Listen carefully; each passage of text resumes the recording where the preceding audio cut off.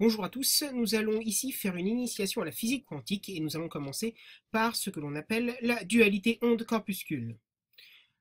Alors, onde ou corpuscule, la lumière, qu'est-ce que c'est? Alors déjà les rayons lumineux, vous savez qu'il y a une propagation rectiligne de la ligne droite dans tout milieu transparent et homogène. Donc ça fait partie de l'optique géométrique. Mais c'est quoi réellement cette lumière? Alors la première hypothèse, c'est la théorie ondulatoire. La lumière est une onde. Et on a vu que c'était une onde électromagnétique, en seconde.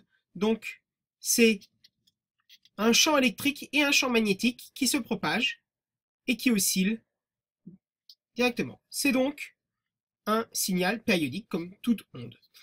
Donc, comme toute onde, elle est caractérisée par sa fréquence et donc par sa longueur d'onde. Cette théorie ondulatoire explique notamment ce que vous verrez en terminale, c'est-à-dire la diffraction et les interférences des ondes, pas forcément lumineuses, mais des ondes en général. Maintenant, l'hypothèse corpusculaire. Corpusculaire pour un corps, c'est-à-dire pour une particule. La lumière se compose de ce qu'on appelle des petits grains d'énergie, des petites particules entre guillemets, qu'on appelle des photons, qui est le support en lui-même de la lumière. Et cette théorie explique notamment l'effet photoélectrique. Plusieurs descriptions maintenant permettent d'expliquer le comportement de la lumière. Donc on a dit ondulatoire, c'est une onde donc caractérisée par sa fréquence et par sa longueur d'onde, forcément comme toute onde. Ou corpusculaire, et qui définit donc le photon, qui est une énergie.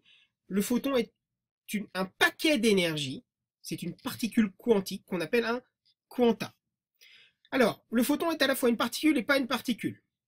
C'est une particule, mais il n'est pas facilement concevable d'appeler une particule quelque chose qui n'a pas de masse. Donc, c'est à la fois pas une particule et une particule. C'est un objet quantique. C'est un quanta, donc un paquet d'énergie, avec une énergie bien précise en fonction du photon, et ça a donné son nom donc à la physique quantique. Donc la lumière, qu'est-ce que c'est? Un carré, un cercle? Bah, tout dépend comment vous le voyez. C'est une onde, et c'est une particule avec le photon. Donc les deux théories sont normalement incompatibles, et pourtant la lumière est une onde et une particule. Donc il y a ce qu'on appelle la dualité onde-corpuscule. Avec cette formule, qui est la loi de Planck, l'énergie d'un photon est égale à h, la constante de Planck. Donc ici, cette valeur-là n'est pas à connaître par cœur. D'ailleurs, normalement, c'est 6,63 à 10 puissance moins 34 joules seconde. Et nu, donc la fréquence de l'onde. Cette formule, la loi de Planck, donc relie à la fois l'aspect ondulatoire et l'aspect particulaire. L'énergie du photon est reliée à la fréquence de l'onde. Donc petit rappel sur les ondes électromagnétiques, la lumière donc est une onde électromagnétique. Elle peut donc se propager sans support matériel, contrairement à une onde mécanique progressive. Donc chaque radiation est caractérisée par sa longueur d'onde. Voilà le spectre électromagnétique allant des rayonnements gamma aux ondes radio, avec toute la petite partie ici, le spectre visible pour la réelle lumière que l'on voit, donc entre 400 et 800 nanomètres. Un type particulier aussi de rayonnement électromagnétique, c'est la radioactivité, puisque une désintégration, notamment la radioactivité, c'est la désintégration des noyaux instables qui se désintègrent en d'autres noyaux, et au passage, cette désintégration emmène une émission d'un rayonnement électromagnétique, un rayonnement gamma. C'est avec ces rayonnements gamma, c'est par eux que vous êtes irradié lors d'un accident nucléaire. Alors continuons sur la dualité onde-corpuscule de la lumière. Donc on a dit à la fois un rayon lumineux qui se propage en ligne droite, un corps assimilé à des photons. C'est une onde électromagnétique qui ne peut se propager dans le vide et dans les supports matériels, mais elle peut se propager dans le vide. Deux théories donc incompatibles, dualité onde-corpuscule. Donc ça c'est un petit résumé. Maintenant intéressons-nous plus particulièrement au comportement ondulatoire. Donc on a dit que c'était une onde électromagnétique, caractérisée comme toute onde par sa fréquence et sa longueur d'onde.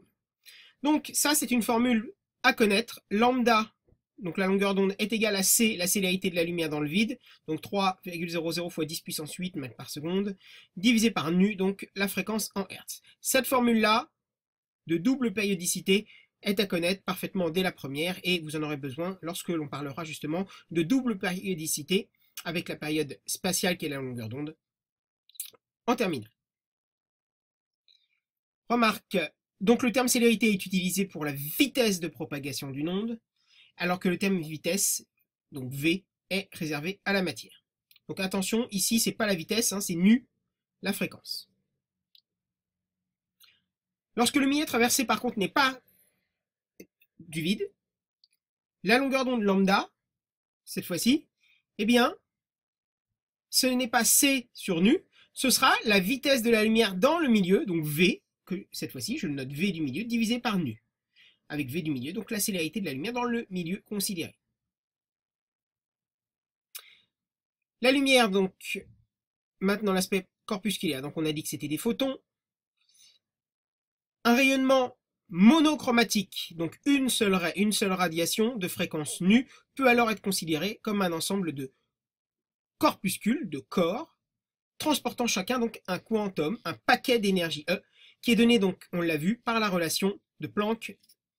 E est égal à H fois nu, avec E l'énergie du photon en joules. Donc, on a dit que lambda était égal à C sur nu. Donc, si on isole la fréquence nu, ça fait C sur lambda. Donc, la formule, vous en aurez certainement besoin très souvent sous cette forme-là. E est égal à HC sur lambda. J'ai simplement remplacé nu, ici, par C sur lambda. Donc, c'est ce qui relie l'énergie d'un photon à la longueur d'onde de l'onde correspondante. Le joule, donc maintenant, c'est une unité beaucoup trop grande pour les photons.